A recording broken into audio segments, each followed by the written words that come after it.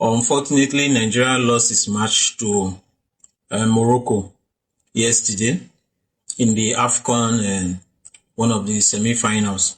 Quite sad and unfortunate. I was hoping that Nigeria could go to the finals and win the trophy. And there have been reactions since Nigeria lost to Morocco. A number of reactions, players being condemned and all of that. But I want to quickly say that Nigeria Super Eagles, they did their best. Given the circumstances, given that they couldn't qualify for the World Cup, and a number of factors that have played into the coaching, who would be the coach after the Pesero was let go, and all of that. Considering everything, you see that the Eric Chile and the Nigerian squads, they really outperformed. Going with not being able to qualify for World Cup, I wasn't expecting the Nigerian team to do as well as they've done. And so I think the Eagles, in view of recent performances before this tournament, I think they outperformed, they improved, and they did well. And they did not lose in regular time. They did not lose in extra time. They lost penalty shootout. And penalty shootout is a coin toss. It can go either way. But I've been really disturbed by some of the reactions since Nigeria lost to Morocco. One of the main reaction is that from comedian Bovi. Listen, guys, usually I would not do this. I don't like telling people how to do their jobs. I have so many, let me not say so many, I have several friends in the Super Eagles team that I talk to, and I have never ever in my life interfered in their football. But I think it's very necessary that I do this, because over the years I have been seeing the same pattern repeat itself. Listen, religion stops this country from burning. You get? Because we are very religious people. So this religion versus this religion, they just do their thing themselves. You get? That's one aspect of it. Politics divides this nation because self-interest comes into play in politics. If there's anything that unites Nigeria as a nation, it's football. Mark my words, it's football. So dear Super Eagles and intending Super Eagles players, have this at the back of your mind. When you are playing for Nigeria, regardless of how the NFF treats you, if you choose to say, I will play for Nigeria, understand that you have the potential, the power, the strength to unite Nigeria. Football is the only thing that brings Muslims and Christians, North, South, East, and West together. In case you guys don't know, please check your history. When Nigeria is playing football, in our victorious moments, the whole nation forgets where any other person is from. You have to treat it like you are an assassin. He made about 6 minutes video where he said a number of things, and part of what he said was that he was telling Eagles, the Super Eagles and future Super Eagles, that when you are playing for Nigeria, regardless of how the NFF treats you, you have the potential, the power and strength to unite Nigeria. And so if a Super Eagle player, if both current and future Super Eagles player, when they wear the Nigerian jersey, when they are representing Nigeria, they shouldn't care about how the Football Federation treats them. And the Football Federation is an extension of the Nigerian government. They shouldn't care about how the Nigerian government treats them. They shouldn't care if they are paid allowances or bonuses or paid what they are due. They should just play for patriotism. Just be patriotic. Remember, you are playing a role. When you win, you unite Nigeria. And so, for that reason, don't care about how the NFF treats you. Just look at the bigger picture. You are presenting Nigeria, And this one brings me to one key issue. It has always been, there's been this issue when you talk about patriotism. You know, if ASO go on strike, you say the lecturers are not being patriotic. If doctors go on strike, they're not being patriotic. You know, there's this issue of patriotism that is always raised.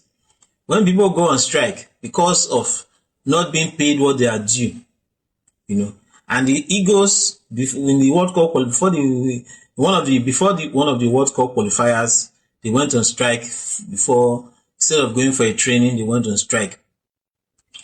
And because some of the allowances and all that were not paid, you know, and they had to get assurances and all that before they went for training, you know, and then we saw a similar thing where the Eagles, you know, there was an outcry that they were not being paid, and we also heard that the coach was not being paid. And so there's always been this talk that be patriotic, even when you are not paid what you are owed, what you are pledged, or what you are promised. You know, even if the government and the government agencies in charge doesn't meet up to its responsibilities, that you should just play out of patriotism. The question I want to ask is that for Bovi, comedian Bovi, if a government official invites you to perform at a government function or at a function hosted by a government official, will you perform out of patriotism? Will you perform for Nigeria in any capacity out of patriotism that you will not be paid? Is there any comedian, legendary Ali Baba, other comedians who will perform for free when they perform at a government function? Is there any comedian or musician or artist who would perform in the name of being patriotic without expecting any form of compensation or remuneration or pay for representing or for performing at that event? You know, that's a very important question. It's a very important question to note. You know, the President Tinubu, Vice President Kassim Shettima, the governors, senators, House of Rep, they are paid salaries, they are paid allowances, they are paid sitting allowances. When they travel out of the country, they are paid extra quotes in dollars for representing Nigeria in an international function. It's not free. No government official goes for a government function, either in Nigeria or abroad, where they are not paid for it. When they travel out of the country to represent Nigeria, they are paid in dollars. And when they sit in Nigeria for many of their functions, they are paid sitting allowance. Then National Assembly, talk about wardrobe allowance, newspaper allowance, and so many allowances that they are being paid. If you talk about patriotism, who should be the most patriotic? Should it not be our leaders?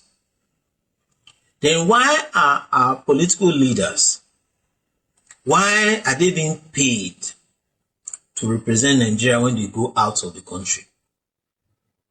When they go to international functions in Europe or North America and other places, why do they collect money for going? Why don't they say, let's just be patriotic? But they collect money. They collect salaries, they collect allowances. And nobody questions that, because nobody questions why they should be paid so. Let the National Assembly sit for 3 months without pay, and you see what will happen. Let them sit for 3 months without pay, and you see the reaction. Eagles will play matches, they will go to tournaments and all that, and they will not be paid what their own.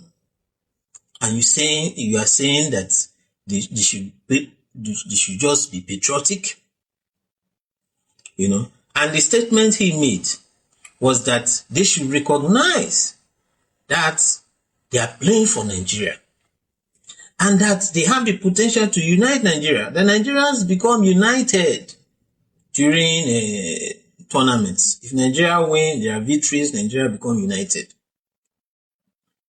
The question I ask is that there's this talk of unity when we win tournament. How long does that unity last? If Nigeria won yesterday against Morocco, okay, we'll be united yesterday and today, right? And till Sunday, when they play the final and we win, we'll be united on Sunday till the rest of that week. When they come back from Morocco and they are entertained by the president and all that, we'll be united. Let's say 1 week, 2 weeks tops, you'll be united. So how long does that unity last? Does it last beyond the euphoria of the victory? Is it an enduring unity? That unity that you say that they should play for, does it solve Nigeria's problems? After Nigeria are united for some days, let's say maximum, tops, 1 week, 2 weeks. After that unity, does it solve the insecurity problem? Does it solve the problem of corruption? Does it solve the inflation problem and the problems we're having? Does it remove the divide we have along ethnic lines, along regional lines, along religious lines, along all those other lines? We just overplay this, the temporary euphoria, the temporary excitement that comes with victory. We just overplay it. As though that as in the past, when Nigeria had victories in tournaments and Nigeria were united, how long did that unity last? Did that unity prevent politicians from dividing us during elections? Does it prevent the social crisis we have because of the divides that we have? It's only a temporary, transient feeling. It doesn't last. And it has not brought any lasting change. Even in terms of the sports, the football that you claim is uniting us. What investments has Nigeria made in it? To say, this is because we value so much the unity that football fosters. So how much has Nigeria invested in football? Real investment, not just paper investment, not just the amounts that the budget and all that. In terms of real investment, how much has Nigeria invested in it? So how has the victories we've earned in the past brought about fundamental changes in the structure of the way we do things and run things in this country? The Football Federation, NFF, you are saying regardless of how NFF treats you, if NFF doesn't pay Eagles their allowances, their bonuses, what they are earned, if NFF doesn't pay, will NFF use that money to develop football in Nigeria? Will they use it to develop the sport in the country? No. The money is going to end up in the pockets of the NFF officials. If there is money budgeted for it and the money is not spent or not paid out to those players, to those officials, that money ends up in the pockets of those NFF officials. Why do you see former NFF officials living big? Or former FIFA officials and all that, before Steve Blatter and others were outed by FIFA, by investigations, and they had to step down, all that. there is a lot of corruption, lack of transparency, lack of accountability in the NFF, which they need to be called out for. The officials of NFF, why don't they show the same level of patriotism so that when money is budgeted for football or made for football, it's used for it? When FIFA give us grants, give us money to build projects, why is there no transparency? Why is there no accountability? Why can't we see those projects and see how they have helped in the development of football in the country? You're saying NFF regardless of how they treat you. This NFF that see Mobike, the big bird, has raised petition, has been talking about how the lack of transparency, lack of accountability in NFF, and questions that they have to answer. So how will NFF be held to account if the players don't call them out, if the players don't cry out, or the players don't go on strike to say what they are owned should be paid? Have you seen how much Morocco invested in their game, invested in football? The investment that Morocco made, right, is what is paying off now. The investment that they made. I did a Grok search. 2021, Morocco invested 1.61 billion Moroccan dirham, equivalent of $161 million. 2022, an equivalent of $161 million was also spent. 2023, equivalent of $414 million was spent. Moroccan investment in football, right? Compare that one to what the NFF budget is. NFF budget for 2021, we have about 5.6 billion naira. That's approximately $13.7 million at 2021 exchange rate. And that same year, Morocco spent $161 million. Nigerian budget NFF was 13.7 million.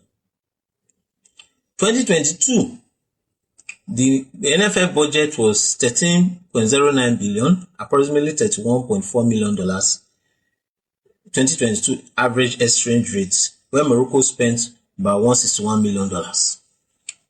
You know, and on. Go and check it and see the huge difference between what Morocco has invested over the years in football compared to what Nigeria has invested in football. And we see the result. We see in the last World Cup, they got up to semi-final. We see that they did well. Their female team got to the finals of the AFCON, where the Super Falcons defeated them. And now they are in the finals of AFCON.